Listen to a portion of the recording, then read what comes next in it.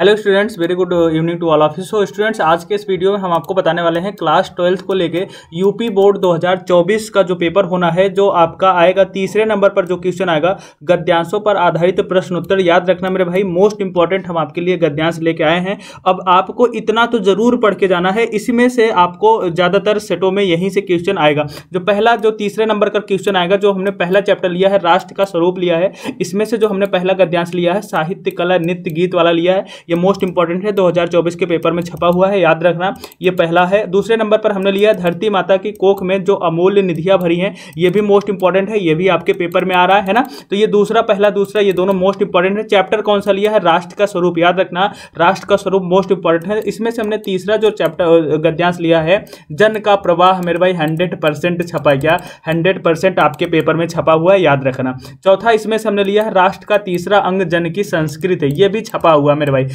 ये बहुत important chapter है, ये भी छपा हुआ। जितना हम बता रहे हैं आपको इतना ही पढ़ के जाना है, बाकी और आप एक्स्ट्रा पढ़ रहे हो तो अच्छी बात है, लेकिन इतना आप जरूर तैयार करके जाना, नहीं तो पेपर में प्रॉब्लम हो जाएगी। आप इंपॉर्टेंट मांग रहे थे ना हिंदी का इंपॉर्टेंट 22 फरवरी के लिए, तो बिल्कुल हिंदी का इंपॉर्टेंट आ गया है। अशोक का फूल जो हमने दूसरा चैप्टर लिया है, इसमें हमने केवल एक पैसेज लिया है, मगर उदास होना भी बेकार है, ये मोस्ट इंपॉर्टेंट है अशोक के फूल का। तीसरा चैप्टर जो हमने लिया है भाषा और आधुनिकता का लिया है, यहां पर भी हमने एक ही पैसेज लिया है, भाषा स्वयं संस्कृत का एक अटूट अंग है। तो केवल हमने 3 चैप्टर लिया है, जिसमें से 2 चैप्टर ऐसे जिसमें से एक गद्यांश लिया है, उसमें से एक है भाषा और आधुनिकता प्रोफेसर जी सुंदर रेड्डी की है। तो ये आपको याद रखना मेरे भाई, 2024 के पेपर में छपा हुआ है। और एक आता है इसमें से आपका ना लिखने के लिए जीवन परिचय, क्या जीवन परिचय, साहित्यिक परिचय देते हुए उनकी प्रमुख रचनाओं का उल्लेख करना, तो ये आता है लिखने के लिए। इसमें से हमने 2 लिया है, हजारी प्रसाद द्विवेदी और वासुदेव सरलवार। इतने से आपका काम हो जाएगा। एक और आप याद कर सकते हो, रामधारी सिंह दिनकर। किसका? रामधारी सिंह दिनकर को ये ऑप्शन में जरूर रखना, इनका जरूर देख लेना,